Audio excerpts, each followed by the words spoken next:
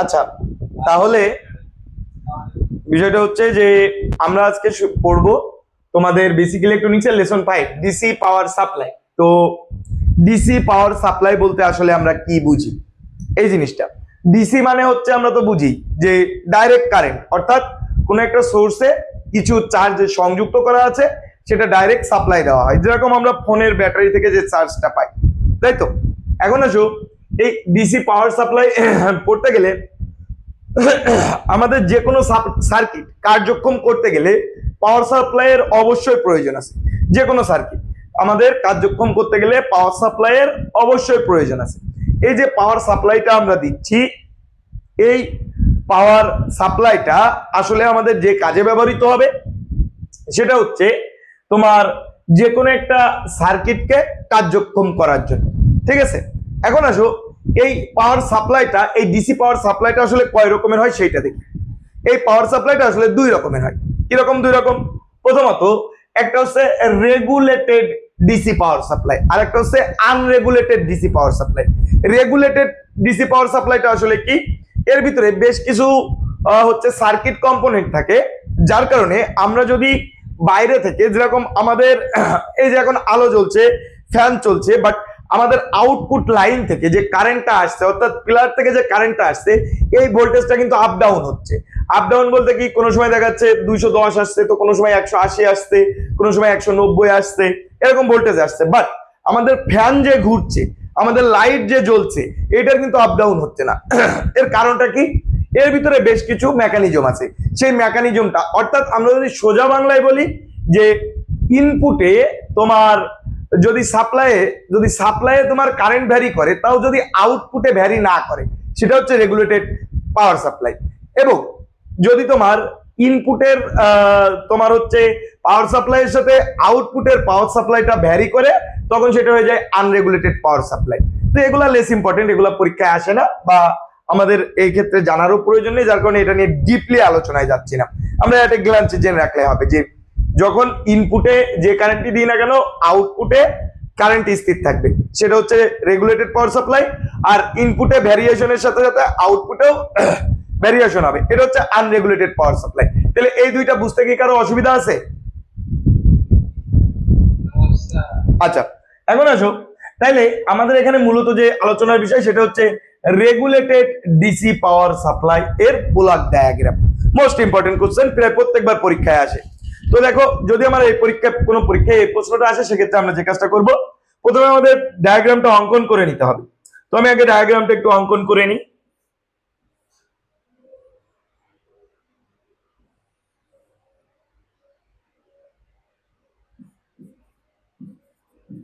আমি একটু ডায়াগ্রামটা অঙ্কন করছি। প্রথমে থাকবে ট্রান্সফরমার,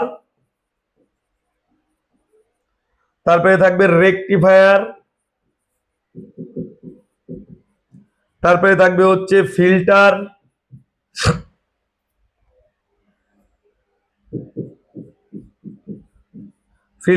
তারপরে থাকবে ভোল্টেজ রেগুলেটর,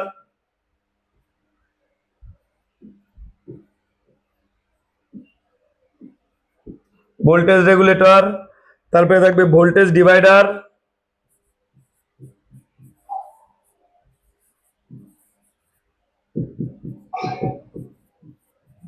তারপরে হচ্ছে ডিসি আউটপুট।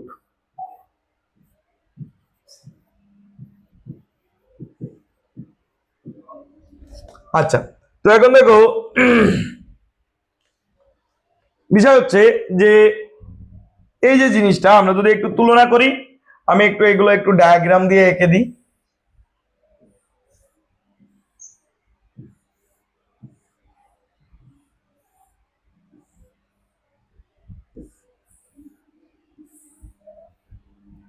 আচ্ছা,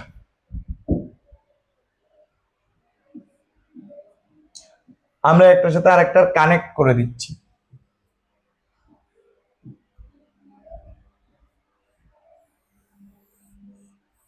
নিচে এঁকেছি, তাই একটু কানেক্ট করে দিলাম। এই যে এই কানেক্ট দ্বারা বোঝাচ্ছে একটার সাথে আরেকটা কিভাবে ইনপুট অবস্থায় থাকে। তো এটা বোঝানোর জন্য আমি যদি বলি, দেখো যেরকম আমি যদি একটা কেবল তোমাদের দেখাই,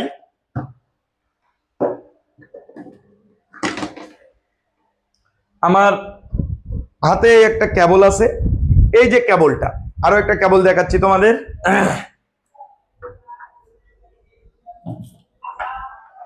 বিষয় হচ্ছে দেখো আমার হাতে দুইটা কেবল আছে, এই একটা চার্জার সহ কেবল আর এই একটা কেবল, এই ধরনের দুইটা কেবল আছে, ঠিক আছে। তো এই কেবলটা আমি যদি ইনপুট দিয়ে কোনো জায়গায় প্লাগ ইন করি, প্লাগ ইন করে আমরা যদি কোনো জায়গায় ঢুকায় দিই, তো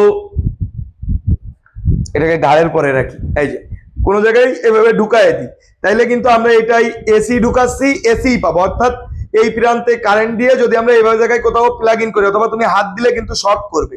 কিন্তু এই যে চার্জার যেটা আছে, এই যে চার্জার যেটা আছে, এটা আমরা যখন ঢুকায় দিব, চার্জারটা যদি পোর্টের ভিতরে ঢুকায় দিয়ে আমরা এই মাথায় হাত দিই, তাহলে কিন্তু শক করবে না, করবে, করলেও চিন চিন করে শক করতে পারে, ওকে, ডিরেক্টলি শক করবে না।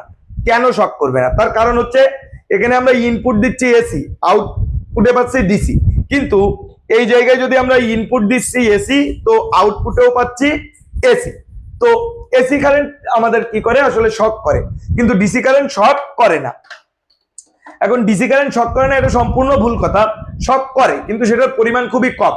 তো এখন আসো, মনে করো এই সেই জায়গায় এখানে চার্জার লাগাই দিছি, দেওয়ার পরে এর ভিতরে বেশ কিছু ডায়াগ্রাম আছে, এই চার্জারের ভিতরে বেশ কিছু কার্যকলাপ আছে, যার কারণে এর আউটপুটে আমরা ডিসি পাই, আউটপুটে ডিসি পাই। এখন এই আউটপুটে কেন ডিসি পাই আমি সেই জিনিসটা তোমাদের দেখানোর চেষ্টা করবো ইনশাল্লাহ। এখন আসো, তোমার যে কাজটা করব সেটা হচ্ছে যে আমি ওই যে চার্জারটা দেখালাম, ওই চার্জার আমরা এসি ইনপুটে দিচ্ছি, এসিটা কি কারেন্টটা ভ্যারি করে, অর্থাৎ তোমার হচ্ছে এইখান থেকে এই পর্যন্ত 180, এখান থেকে এই পর্যন্ত 180, অর্থাৎ ওয়েভ আকৃতিতে যায়, ওয়েভ আকৃতিতে যায়, যাওয়ার পরে ট্রান্সফরমারে যায়। এটা ট্রান্সফরমার মানে এই যে জিনিসগুলো এঁকেছে একটা বক্সের ভিতরে, এই জিনিসটা দেখতে কিন্তু এরকম না, ট্রান্সফরমার জিনিসটা দেখতে কিরকম, এরকম। যদি আমি এর ভিতরের গঠনটা তোমাদের দেখাই, এরকম ট্রান্সফরমার জিনিসটা দেখতে ঠিক এরকম, এর ভেতরের গঠনটা, এইটার সাথে এটার কোনো কানেকশন থাকে না, এটা নিয়ে আমরা পরে আসবো। তো এখন আসো, এই যে ট্রান্সফরমার, তো এখানে প্রথমে যখন আমরা প্লাগ ইন করি তখন এরকম ট্রান্সফরমারের সাথে সংযুক্ত থাকে। এই ট্রান্সফরমারটা আমাদের এখানে যেটা থাকে সেটা হচ্ছে স্টেপ ডাউন। স্টেপ ডাউন মানে কি, যে ট্রান্সফরমার আসলে তোমার হাই ভোল্টেজকে লো ভোল্টেজে রূপান্তর করে, হাই ভোল্টেজকে কি ভোল্টেজে রূপান্তর করে, লো ভোল্টেজে। ট্রান্সফরমার দুই প্রকার, একটা হচ্ছে স্টেপ ডাউন,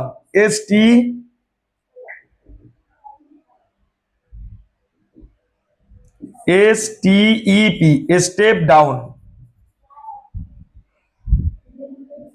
আর একটা হচ্ছে step up, step up. Step up আর স্টেপ ডাউন কি এবং এটা কিভাবে চিনতে হয়? যখন প্রাইমারি কয়েলের থেকে সেকেন্ডারি কয়েল, প্রথমে যে কয়েলটা থাকে ইনপুটের দিকে যে কয়েলটা থাকে, সেই কয়েলটা যদি বড় হয় এবং আউটপুটের কয়েলটা যদি ছোট হয়, তখন সেটাকে বলা হয় স্টেপ ডাউন ট্রান্সফরমার।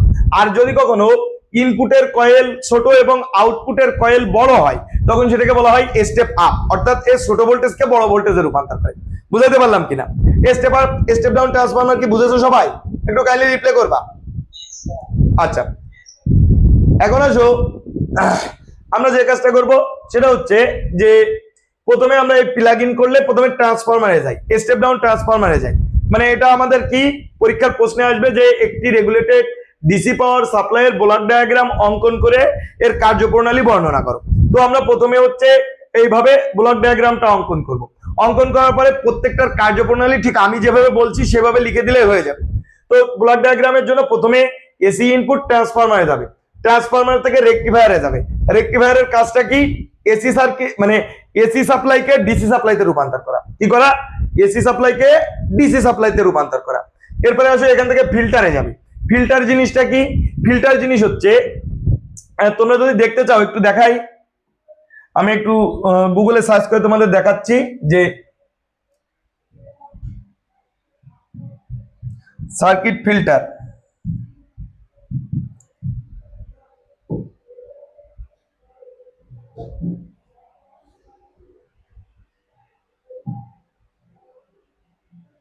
এই যে ফিল্টার সার্কিট, এই দেখো ঠিক এরকম একটা জিনিস দেখতে পাচ্ছ তোমরা সবাই, ফিল্টার সার্কিটটা দেখতে পাচ্ছ ঠিক এরকম একটা জিনিস।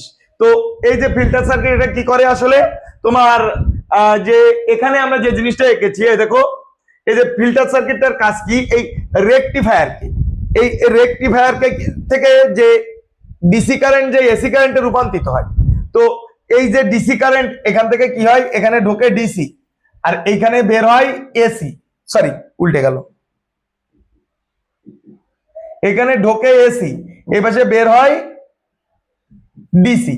এই যে ডিসি কারেন্ট বের হয় এটা পিওর ডিসি না, এটা পিওর ডিসি না, এটাতে কিছু পরিমাণ এসি কম্পোনেন্ট থেকে যায়, কি কিছু পরিমাণ এসি কম্পোনেন্ট থেকে যায়, ওই যার কারণে কিছু কিছু চার্জারে হাত দিলে দেখবা চিনচিন করে শক করে।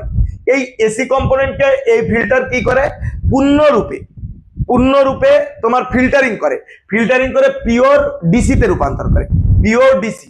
এখান থেকে আমরা কি পাবো, পিওর ডিসি। এবারে পিওর ডিসি কি করে, ভোল্টেজ রেগুলেটরে যায়। ভোল্টেজ রেগুলেটরের কাজ কি, এটাকে নির্দিষ্ট পরিমাণ ভোল্টেজ আউটপুটে পাঠানো, নির্দিষ্ট পরিমাণ ভোল্টেজ আউটপুটে পাঠানো। নির্দিষ্ট পরিমাণ ভোল্টেজ বলতে কি বোঝাচ্ছি, মনে করো আমার রুমে একটা ফ্যান চলছে, একটা বাল্ব জ্বলছে, তো তার জন্য যে পরিমাণ ভোল্টেজ আসলে প্রয়োজন সেই পরিমাণ ভোল্টেজটা সে এই সাইডে পাঠাবে, অর্থাৎ আউটপুটে পাঠাবে। এখন আসো ভোল্টেজ ডিভাইডারের কাজটা কি, ভোল্টেজ ডিভাইডার যে কাজটি করে সেটা হচ্ছে আমার এখানে এসে যে পরিমাণ কারেন্ট আসলে দেখা যাচ্ছে, আমার মনে করলাম যে একটা ফ্যান চলছে, একটা বাল্ব জ্বলছে, কথার কথা যদিও এটা এসি সাপ্লাইতে চলে, আমি যদি ধরে নিই এটা ডিসি সাপ্লাইতে চলছে, সেক্ষেত্রে কি করবে, যে পরিমাণ ফ্যান চলার জন্য যে পরিমাণ কারেন্ট প্রয়োজন তাকে সেই পরিমাণ দিবে, এবং লাইট জ্বলার জন্য যে পরিমাণ ভোল্টেজ প্রয়োজন তাকে দিবে, অর্থাৎ দুইজনকে ভাগ করে দিবে। এই কাজটাই হচ্ছে ভোল্টেজ ডিভাইডার, এবং আমরা লাস্টে কি পাবো, ডিসি আউটপুট পাবো। তাহলে এই পর্যন্ত বুঝতে কি অসুবিধা আছে কারো, যে কিভাবে আসলে কার্যপ্রণালীটা ঘটে? আমরা একটু সামগ্রিক ভাবে বুঝালাম, এরপরে স্টেপ বাই স্টেপ আবার বুঝাবো। এ পর্যন্ত কি বুঝেছো তোমরা? আচ্ছা, এখন আসো, তাহলে যদি পরীক্ষায় আসে, অর্থাৎ যে কোনো একটা সার্কিট ডায়াগ্রাম আসতে গেলে কি করতে হবে, আমার দিকে তাকিয়ে তোমরা বলতে পারবে। প্রথমে এসি ইনপুট দিতে হবে, প্রথম কাজ কি, মানে এটা জেনারেল থিঙ্কিং আনো, প্রথম কাজ কি, এসি ইনপুট দেবো, তারপরে কি, মেলা ভোল্টেজ ছিল ওটাকে কমাবো, তাহলে কি দেবো, ট্রান্সফরমার কমাই, তাহলে ট্রান্সফরমার লাগাই দেবো। এবার ট্রান্সফরমার লাগানোর পরে কি করতে হবে, ওই জিনিসটা তোমার ডিসি এসি আছে ওইটাকে কি করতে হবে, ডিসি করতে হবে। তাহলে ডিসি করার জন্য কি কাজ করে, কে, রেকটিফায়ার, তাহলে একটা রেকটিফায়ার লাগাই দেবো, এই যে রেকটিফায়ার লাগাইছি। এবার রেকটিফায়ারের পরে কি, ওই রেকটিফায়ারের সম্পূর্ণ এসি সম্পূর্ণ ডিসিতে পরিণত হচ্ছে না, কিছু পরিমাণ এসি কম্পোনেন্ট থেকে যাচ্ছে, তাহলে ওই এসি কম্পোনেন্টকে পিওর রূপে ডিসিতে রূপান্তর করার জন্য কি করবে, একটা ফিল্টার লাগাই দেবো, যে পরিমাণ এসি কম্পোনেন্ট থাকছে ওই ফিল্টার থেকে ডিসি কম্পোনেন্টে রূপান্তর করে দেবে। এরপরে কি করবো, ভোল্টেজ রেগুলেটর, অর্থাৎ আমার আউটপুটে যে পরিমাণ ভোল্টেজ লাগবে সেই পরিমাণ ভোল্টেজ জন্য আউটপুটে যেতে পারে তার জন্য একটা রেগুলেটর লাগাই দেবো।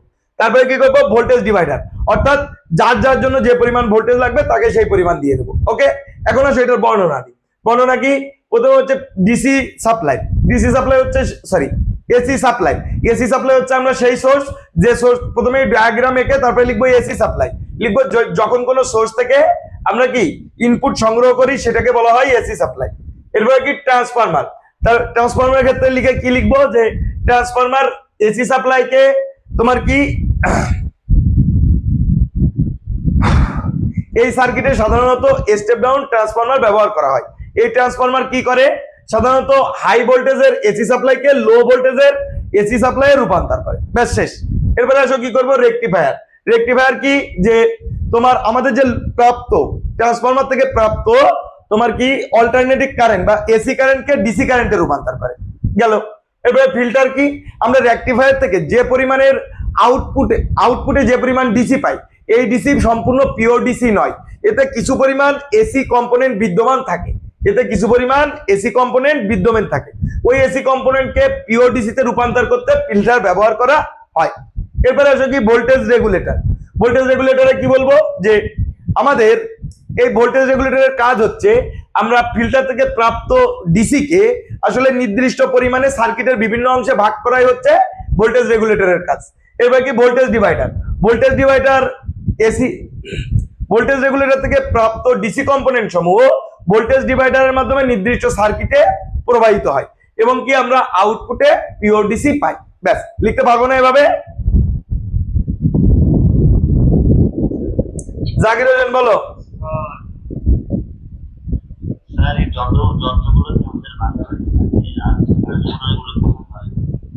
বুঝি নাই?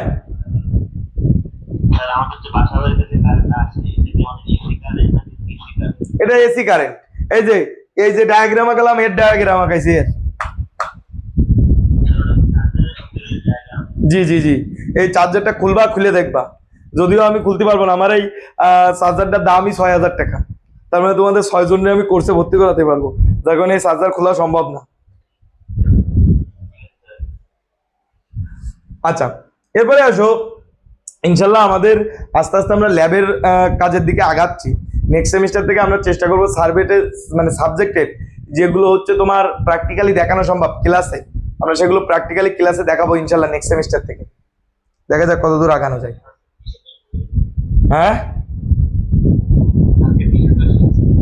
আজকের তাই? যাক ভালো, সেলেজিং করলে নাকি? যাক, তাহলে ভালো লাগতেছে যখন, তাহলে ক্লাসটা বন্ধ করে একটু এদিক সেদিক ঘুরে আসি নাকি, কি বলো? হ্যাঁ, আচ্ছা ঠিক আছে, বলো কি হয়েছে?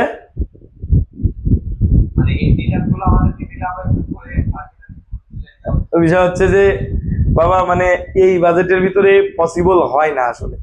মানে আমাদের এই এক একটা টি শার্ট, মানে সত্যি কথা বলতে কি, মনে করো আমাদের এই একটা টি শার্টের দাম প্রায় 300 টাকা, মানে আমার এই যে টি শার্ট প্রায় 300 টাকা।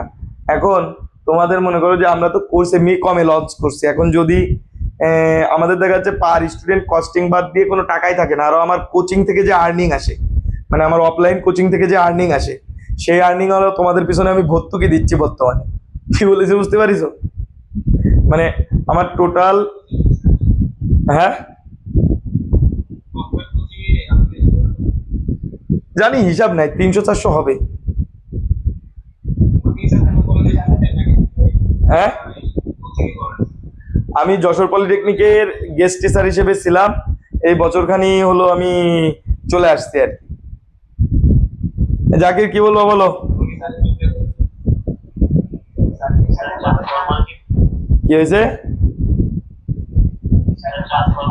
এই রাহান সায়াম চুপ করো, জাকির বলো। হ্যাঁ হ্যাঁ হ্যাঁ, এখানে খুব ছোট আকারে থাকে, একদম ছোট। এবার যদি তুমি বড় ট্রান্সফরমার দেখতে চাও, ওই বিদ্যুতের খুঁটিতে চলে যেতে পারো, ওইটাও কিন্তু ট্রান্সফরমার। হ্যাঁ, বিদ্যুতের খাম্বায় কিন্তু থাকে, ওটাও ট্রান্সফরমার কিন্তু। ওর ভিতরে দেখবে এরকম অয়েল থাকে, তারপরে ওই যে কয়েল থাকে দুইটা, ওইখানে ওই যে মেইন লাইন থেকে যে লাইন আসে, ওই লাইনে একটা হচ্ছে স্টেপ আপ হিসেবে আসে, একটা স্টেপ ডাউন হয়ে যায়, অর্থাৎ ওই এলাকায় কতগুলো লাইন চলবে সেটা ওইখানকার মাধ্যমে নির্ধারিত হয়, বুঝছো? আচ্ছা, আর কেউ কিছু বলবে না? শুরু করে দিই পরে। আচ্ছা, তো যাই হোক, রেকটিফায়ার সার্কিট, রেকটিফায়ার সার্কিট, তো দেখো রেকটিফায়ার সার্কিট, রেকটিফায়ার সার্কিটটা আসলে কি? দেখো রেকটিফায়ার সার্কিট আসলে প্রথমত আসি, রেকটিফায়ার সার্কিটটা আসলে কি সেই বিষয় নিয়ে আসি। বলছে যে সার্কিট আসলে এসি কারেন্টকে ডিসি কারেন্টে রূপান্তর করে, কি? যে সার্কিট এসি কারেন্টকে ডিসি কারেন্টে রূপান্তর করে তাকে বলা হয় রেকটিফায়ার সার্কিট। এখন তাহলে প্রশ্ন আসে স্বাভাবিকভাবে, রেকটিফায়ার সার্কিট কত প্রকার? রেকটিফায়ার সার্কিট দুই প্রকার, একটা হচ্ছে হাফ ওয়েভ আর একটা হচ্ছে ফুল ওয়েভ। তাইলে আমরা যদি পরীক্ষা আসে রেকটিফায়ার সার্কিট কাকে বলে পারবো না? যে সার্কিট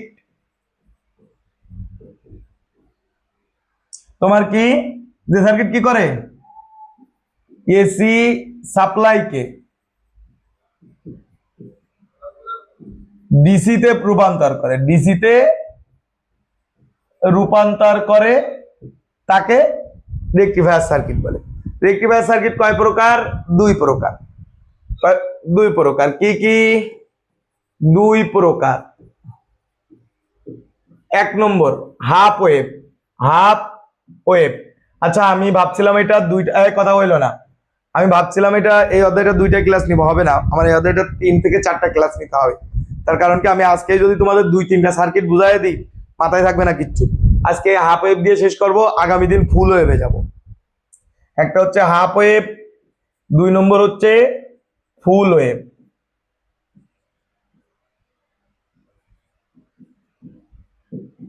এই ফুল ওয়েভ আবার 2 রকমের, ফুল ওয়েভ আবার 2 রকম। একটা হচ্ছে সেন্টার ট্যাপ আর একটা হচ্ছে ব্রিজ রেকটিফায়ার। একটা হচ্ছে সেন্টার ট্যাপ আর একটা কি ফুল ওয়েভ, সেন্টার ট্যাপ আর একটা হচ্ছে ফুল ওয়েভ ব্রিজ রেকটিফায়ার। একটা হচ্ছে সেন্টার ট্যাপ, সেন্টার ট্যাপ আর একটা হচ্ছে ব্রিজ।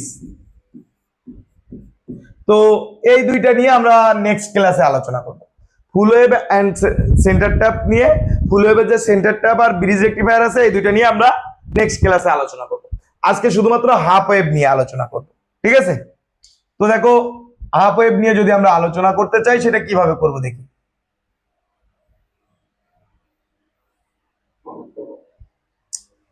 আজকে একটা মজার কথা বলি, শোনো। গতকালকে রাত্রে আমাদের একটা নতুন শিক্ষার্থী ভর্তি হয়েছে। তো ওই শিক্ষার্থী আসলে কি করছে, 2 জনে কোর্স নিয়েছে। তো কোর্স নেওয়ার পরে তো হচ্ছে আমি তো ধরে ফেলেছি, অ্যাজ ইউজুয়াল আমি তো ধরে ফেলতে পারবো, কারণ আমাদের বেশ কয়েক প্রকারে ইয়ে আছে। তো ধরে ফেলার পরে ও কোনো একটা প্রতিষ্ঠানের একজনকে দিয়ে ফোন দিয়ে আসে। আমি বলছি ওইসব দিয়ে কোনো ফায়দা নাই, তার কারণ আমি এখানে চুরি করতে আসি নাই। তোমাদের স্পষ্ট বলে দেওয়া আছে যে যারা কোর্স নিবা 1 জন শিক্ষার্থী ব্যবহার করতে পারবা, 2 জন শিক্ষার্থী কোনো মতে ব্যবহার করলে তাকে বিনা নোটিশে আমরা ব্যান করে দিব। দেখো, হাফ ওয়েভ, তো হাফ ওয়েভ বলতে কি হয়েছে, বিষয় হচ্ছে যে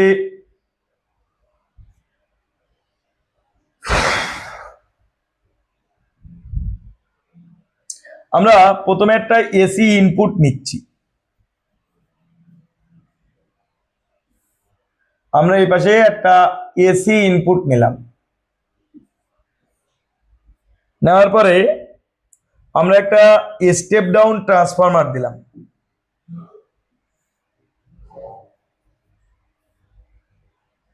এবং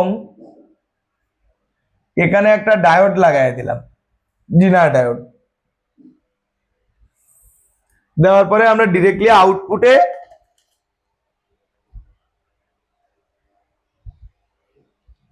লোড নিয়ে নিব।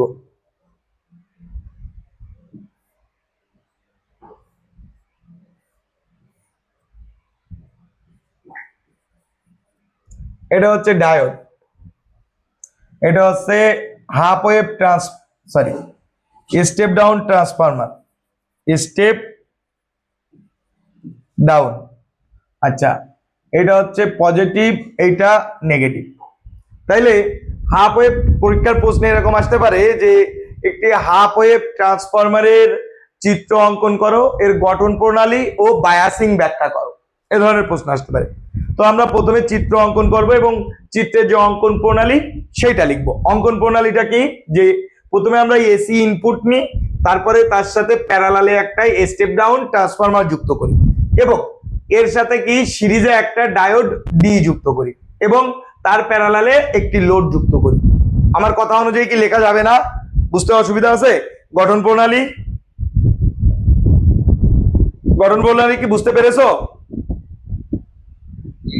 আচ্ছা, অর্থাৎ আমরা এসি ইনপুট নিছি, তার সাথে প্যারালালে একটা স্টেপ ডাউন ট্রান্সফরমার লাগিয়েছি এবং সিরিজে একটা ডায়োড ডি লাগিয়েছি এবং তার প্যারালালে আউটপুটে লোড নিয়েছি। এটা হচ্ছে এর গঠন প্রণালী। এখন আসো এর বায়াসিং প্রক্রিয়া। তো আমরা প্রথমে লিখবো ফরওয়ার্ড বায়াস। এখানে আমি যেহেতু বায়াসিং লিখবো না, আমি লিখে নিলাম ফরওয়ার্ড বায়াস। ফরওয়ার্ড বায়াসিং এ আমরা কি লিখবো সেটা দেখি। তো ফরওয়ার্ড বায়াসিং এর ক্ষেত্রে আমরা ট্রান্সফরমারের এখানে একটা এ প্রান্ত, এখানে বি প্রান্ত, এটা সি প্রান্ত, এটা ডি প্রান্ত নিই। নেওয়ার পরে লিখবো যে ফরওয়ার্ড বায়াসিং এর ক্ষেত্রে আমরা এ প্রান্তে পজিটিভ চার্জ ও বি প্রান্তে নেগেটিভ চার্জ দিই। এ প্রান্তের পজিটিভ চার্জ স্টেপ ডাউন ট্রান্সফরমারের তোমার সি ও ডি প্রান্ত থেকে তোমার কি কমে আসলে তোমার সামনের দিকে ধাবিত হয়, তোমার সামনের দিকে ধাবিত হবে। ফলে ডায়োডের পজিটিভ প্রান্তে ডায়োডের পজিটিভ প্রান্তে গিয়ে কি আঘাত করবে, ফলে এই লাইনের ভিতর দিয়ে কি হবে তোমার, এটা হচ্ছে ফরওয়ার্ড বায়াস। সুতরাং ডায়োডের ভিতর দিয়ে কি পজিটিভ চার্জ সামনের দিকে অগ্রসর হবে, যখনই সামনের দিকে অগ্রসর হবে তখনই আমরা কি আউটপুটে, আমি এখানে হচ্ছে তোমার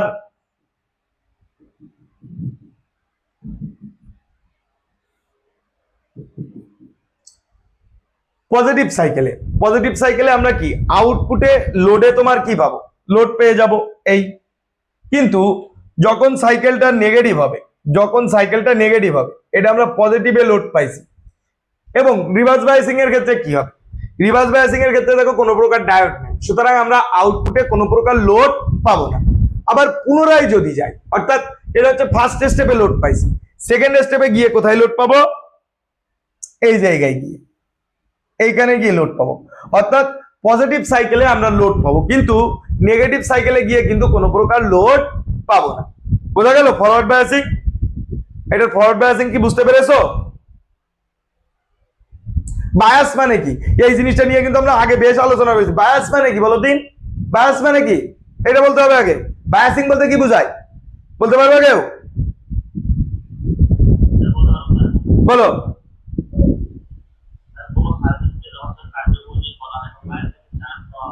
বাইরে থেকে চার্জ নেওয়া হয়, এক্স্যাক্টলি এইটুক, আর লাগবে না।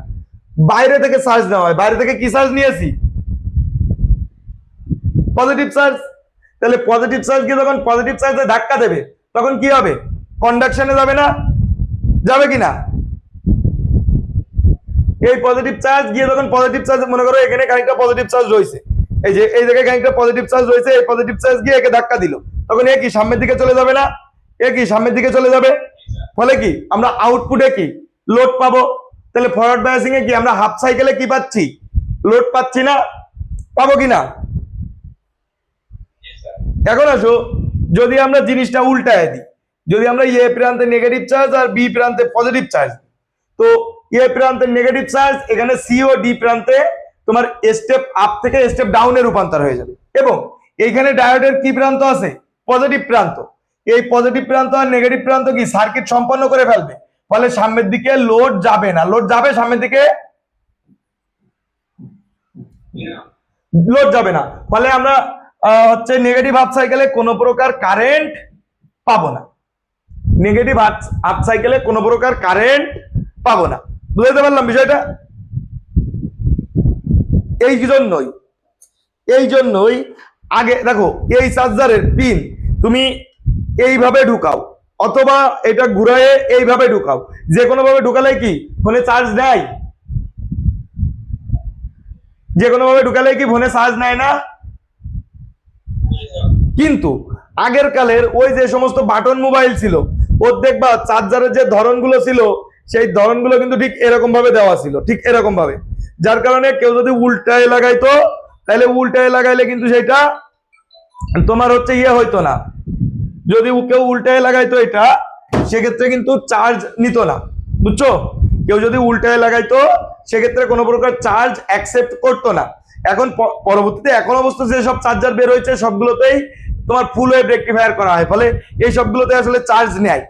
তাহলে রিভার্স বায়াসে কি কোনো প্রকার, আর রিভার্স বায়াসের ক্ষেত্রে তাহলে কি হবে, তাহলে রিভার্স বায়াসিংটা কিভাবে লিখবো, যে আমরা ইনপুটে এ নেগেটিভ প্রান্ত এবং বি যদি পজিটিভ প্রান্ত হয়, তখন স্টেপ ডাউন ট্রান্সফরমারের মাধ্যমে তোমার কি হবে, তোমার কারেন্টটা কি স্টেপ ডাউন হয়ে যাবে। কিন্তু ডি প্রান্ত পজিটিভ থাকায় ডি এর এই যে এই প্রান্ত, এই সি প্রান্ত যখন পজিটিভ থাকবে, সুতরাং সামনের দিকে কোনো প্রকার কন্ডাকশন করবে না, অর্থাৎ আমরা নেগেটিভ হাফ সাইকেলে কোনো প্রকার প্রবাহ পাবো না।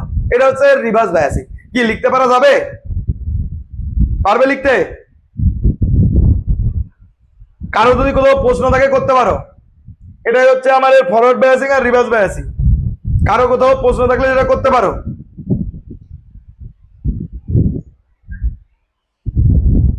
কারো কিছু জানার আছে?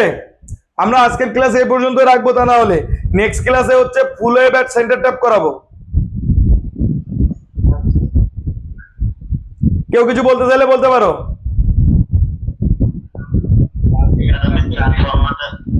কি হয়েছে? ম্যাথ ক্লাস হয়নি, ওই সময় হচ্ছে আমাদের সার্কিট 2 ক্লাস হচ্ছিল আজকে একটু, যার কারণে ম্যাথ ক্লাস হয়নি। স্যার বলো। আপনি